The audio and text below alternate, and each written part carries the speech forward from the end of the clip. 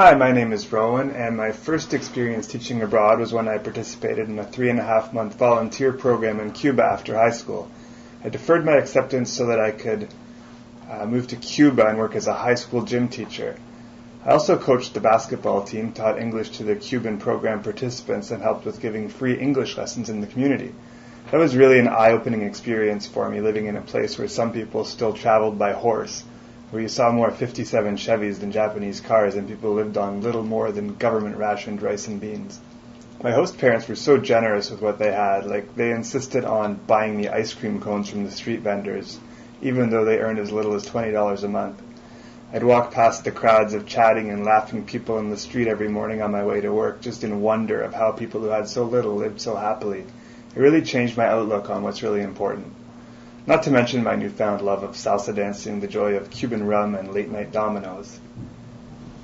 After I graduated with my Bachelor of Journalism degree, I worked as a reporter for a few years, and while I enjoyed it, the travel bug never really left. I often wondered when I'd ever teach abroad again. Well, I guess sometimes life has a way of steering you on a certain path, because my longtime girlfriend broke up with me, and I needed to find a place to live pretty quickly, and I didn't really feel like moving back with my parents. I remembered a couple of friends had just returned from teaching in South Korea and really loved it, so I started applying to schools, and within about a month and a half I was on a plane to Incheon Airport. I didn't really speak a word of Korean before I got on the plane, but I had a phrase book and lots of TV and movies to watch on my flight, and before you knew it, I was landing in Korea and just overwhelmed by the strange sounds of a language I had never heard before and signs in a language I couldn't read.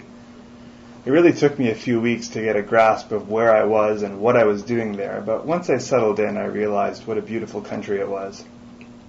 I remember being amazed right off the bat when a Korean colleague took me to a professional baseball game in Daejeon. We had great seats behind home plate for about $10, and we were able to get fried chicken delivered right to our seats from a Kyochon chicken restaurant just a few blocks away.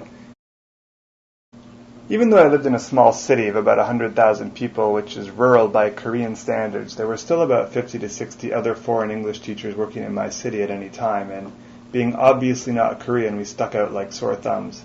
It was really easy to get to know people by just saying hi in the street or on the bus, and I was able to develop some pretty good friendships in the first few months. In fact, I met my wife in Korea at a friend of a friend's party. On weekends, we did a lot of traveling throughout Korea. We enjoyed so many nights of Korean barbecue, karaoke renditions, bathhouse visits. We loved going to Daejeon Beach, including the Boryang Mud Festival, which is probably the most popular event of the year for English teachers in Korea. I still love Korean food like kimbap, bulgogi, and bibimbap, but if we wanted a taste of home, we'd be off to Itaewon, which is full of American-style restaurants. We spent holidays on Jeju Island, climbing Halasan Volcano, visiting Sunrise Peak and the waterfalls of Seogwipo. And being just a short flight from China, I was able to jet over and see a friend in Beijing over New Year's. Of course, the students were great, the money was good, and I learned a lot about how to be a better teacher. But the travel memories really stick with me the most. After my year in Korea, my student loans were paid off, and I was able to check another item off my bucket list when my girlfriend and I moved to Nicaragua to live the hammock lifestyle for 4 months. We're now married with a kid and living back home, but we often talk about where we'll go next.